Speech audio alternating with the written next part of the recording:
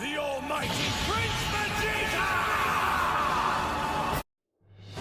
What is good, people? Welcome back to another Dragon Ball Legends video, and today I'm going to be dropping my Legends Festival Part 3 Top 10 tier list. But before I jump into it, today is in fact Christmas Day. I managed to have a little bit of spare time to come up and record this video. Merry Christmas to all you guys that celebrate it. Spend some quality time with your family. Have a good time. I know I'm going to have a good time once I finish recording this video. I'm going to get straight on the beers. But yeah, man, Merry Christmas to all you guys. I hope you have a great day. And also shout out to DNG for giving us this tier list, man. Big shout out to him. If you aren't subbed to him on YouTube, be sure to go sub to him. He's a great YouTuber and a great guy. Be sure to go and follow him on Twitter too. He has the link to this in his bio where you can make your own tier list. So yeah, shout out to DNG. So, getting into the tier list. Of course, 2 days ago we saw the release of Ultra UI Goku, and as expected, being a major Celebration Ultra, he has majorly affected PvP. Like, he's had a major ripple effect in PvP. If you look at this top 10, there's not a single purple, and there's only one yellow. So the reason why there's no purples is because UI Goku is just that damn good. Cell, Jiren, and Go Frieza, all staples of top 10 lists over the last, like, Jiren for the last month, Cell since his release, and Go Frieza for the last like 6 or 7 months. They're all just gone, wiped out. They're all finished. You can't run those units anymore. And well, Go Frieza you can because they can switch, but if Goku gets caught in a UI combo, it is over. It is so over. So yeah, purples are down bad. But in turn, because UI Goku is so good, people are running double reds, which has pretty much wiped out the rest of the yellows, because UI Goku is the only one who can actually do anything in that scenario because he's just that good. But I mean, who was in the top 10 who was yellow before? The Gammas, they're gone.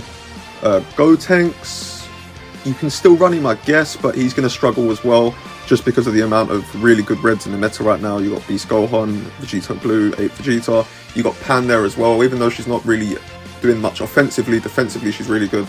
So yeah, yellows are struggling, and UI Goku is pretty much just that good that, I mean, reds do affect him, but the fact that people are having to run 2 reds just goes to show how good he is, and he's still crazy good. Even against teams with 2 reds, he's still doing his thing.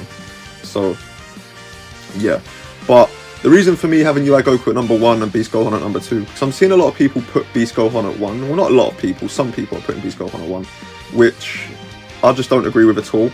Because, alright, if you want to put Beast Gohan at 1 because he's faring better against UI Goku than UI Goku is faring against him, like, that doesn't make any sense. He should be. Could you imagine if UI Goku at type disadvantage was having a better time against Beast Gohan? A unit as good as Beast Gohan, a unit as strong as Beast Gohan, if UI Goku was getting the better of him with type disadvantage, the game would just be cooked. It'd literally just be FSK all over again, where he was free carding blue units. Like, nobody wants that shit. Nobody wants that. But yeah, if UI Goku is faring better against the rest of the game, but he's just not faring better in that one-on-one scenario, that doesn't make Beast Gohan 1, I'm sorry. But yeah, just to speak about UI a little bit anyway, just to go into a little bit of detail about his kit, his switch nullification is just, it's broken. It is absolutely broken. If you face anyone without a red and you get the first priority, they're eating an ult. They're straight up, they're eating an ult, because either they can let the unit die, because a lot of the time UI Goku will kill in one combo, or they can try and switch, and if they try and switch, they're eating an ult.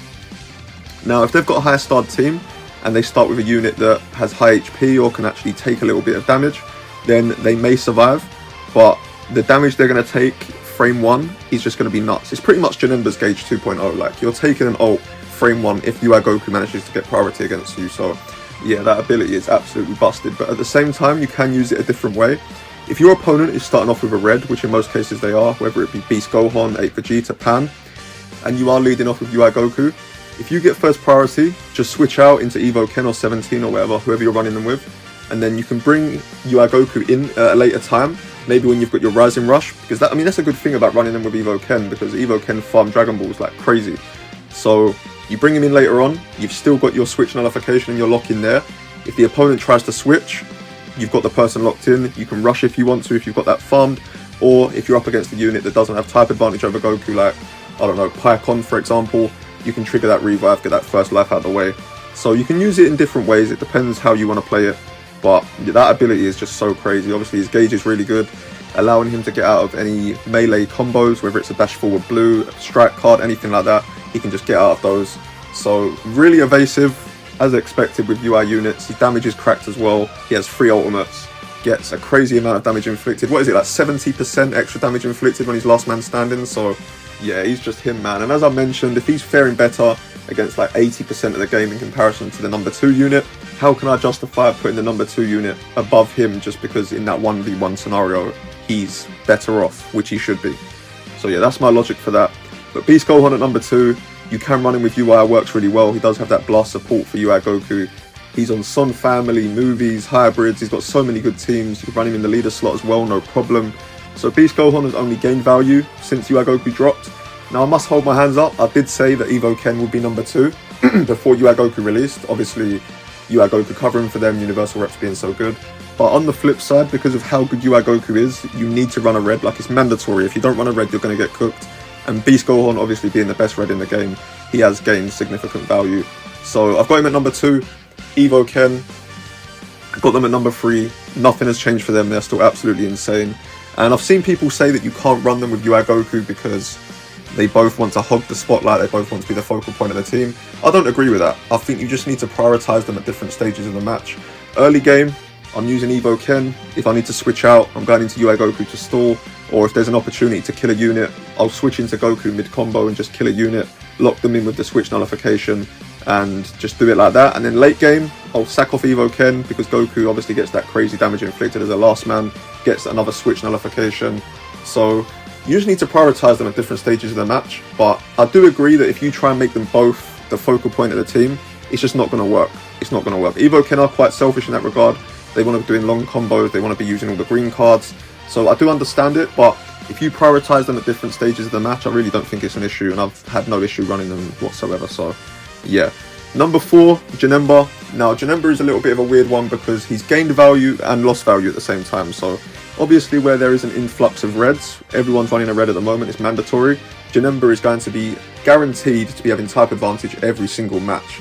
But at the same time, because of how good UI Goku is, do you really want to be running Janemba on movies? Like, people are just running 2 reds. It's all I'm seeing. Red, red, green movies. Pan, Beast Gohan, and then Piacon and Gogeta. I'm seeing that every time I face movies. So Janemba clearly has gained value because you're seeing more reds.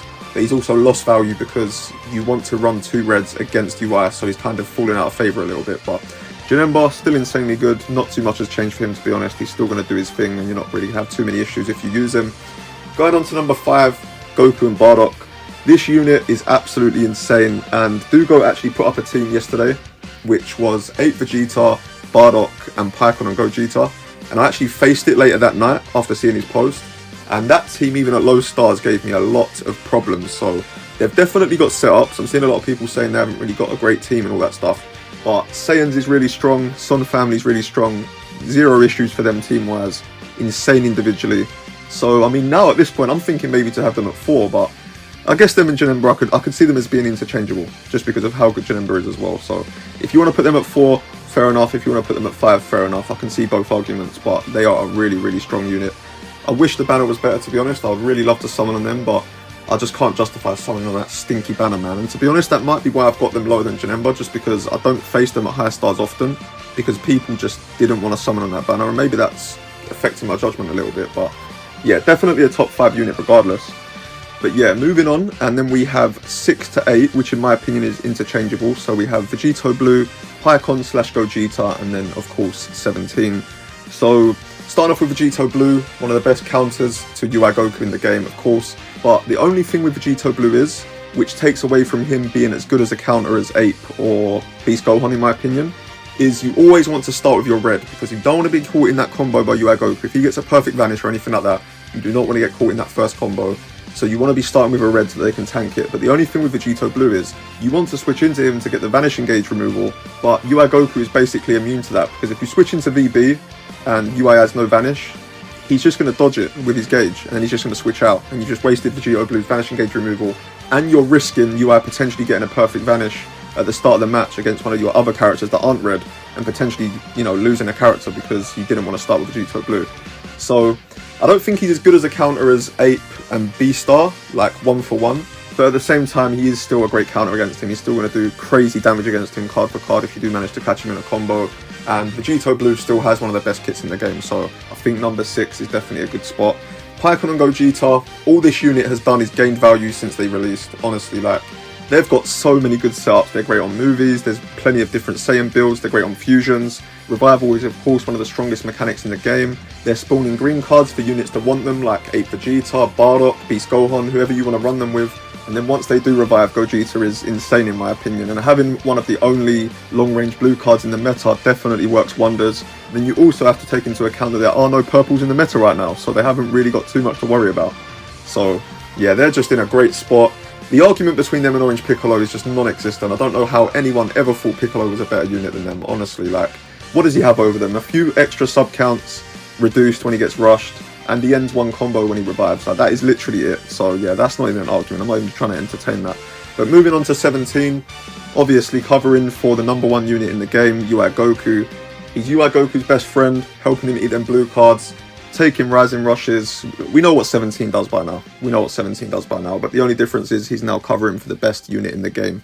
So definitely gain value. We was starting to see him creep down the top 10 a little bit, just because his tanking is starting to become a bit questionable, but he's still eating them blue cards, still eating them ultimates, and he's still eating rising rushes, so that's pretty much all he's there to do. Now, moving on to number 9, we have my boy Ape Vegeta, 100% top 10. The second best option against UI Goku in the game, in my opinion. He's doing more damage against him, of course doing more damage against Son family, he's taking less damage from him. His ult can't be debuffed by 17 or Goku because he cancels all attribute downgrades once he activates it. He's got an AoE green card to be able to get priority easier against UI Goku. Like, what more do you want? What more do you want? And then in regards of a team situation, he has an insane team build with Goku and Bardock and Pikkon, which you can't rise and rush because it has endurance, invincibility and revival. You've got Pikkon spawning green cards for 8 Vegeta and Goku and Bardock, who both have AoEs.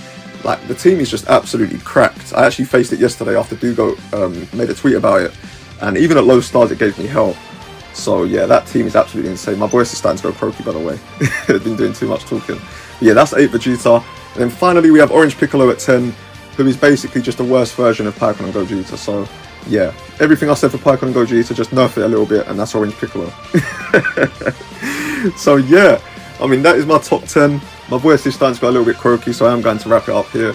But once again, Merry Christmas. I hope you all have a great day. Spend some good time with some family. Try not to sweat legends today.